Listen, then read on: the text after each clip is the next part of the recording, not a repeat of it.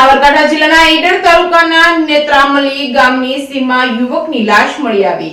સાબરકાંઠા જિલ્લાના ઈડર તાલુકાના નેત્રામલી ગામની સીમમાં યુવકની લાશ મળી આવી હતી। નેત્રામલીથી નાના કોટડા તરફના રોડની બાજુમાં યુવકની લાશ મળી આવતા લોકોના ટોળેટોળા ઉમટ્યા હતા। ઘટનાની જાણ પોલીસને થતાં જ પોલીસ ઘટનાસ્થળે પહોંચી હતી। પ્રાથમિક તપાસમાં યુવક નેત્રામલી ગામનો હોવાનું સામે આવ્યું હતું। હત્યા છે કે આત્મહત્યા તે દિશામાં પોલીસે વધુ તપાસ હાથ ધરી છે। જે કેસ ન્યૂઝ ગુજરાતી સાથે અશોક નાઈ, સાબરકાંઠા।